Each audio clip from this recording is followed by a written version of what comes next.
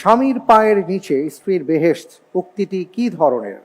এ আল হাদিস, বি আয়েশা রাদিয়াল্লাহু তাআলা আনহার উক্তি, সি ভিত্তিহীন ও বানোয়াট কথা, ডি মনীষীদের উক্তি।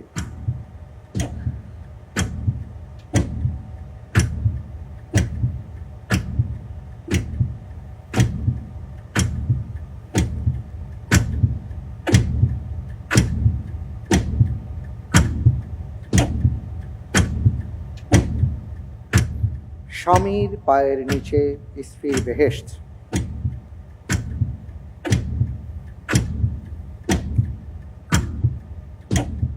আমি উত্তর হিসেবে বেছে নিচ্ছি সি ভিত্তিহীন ও বানোয়াট কথা।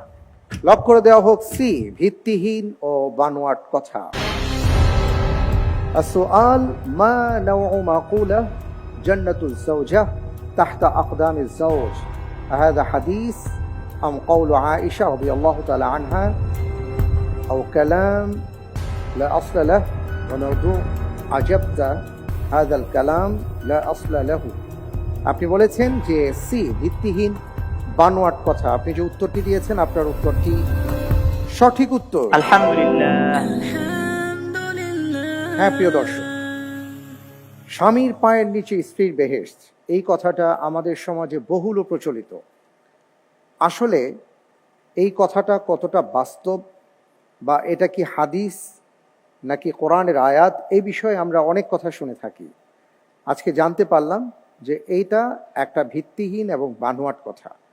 আল্লাহ রসুল সাল্লাল্লাহু আলাইহি ওয়াসাল্লাম বলেছেন, মা বাবার পায়ের নিচে সন্তানের বেহেশত।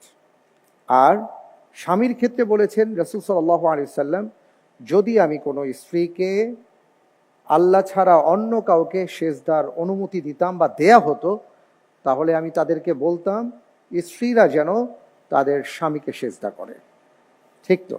জি।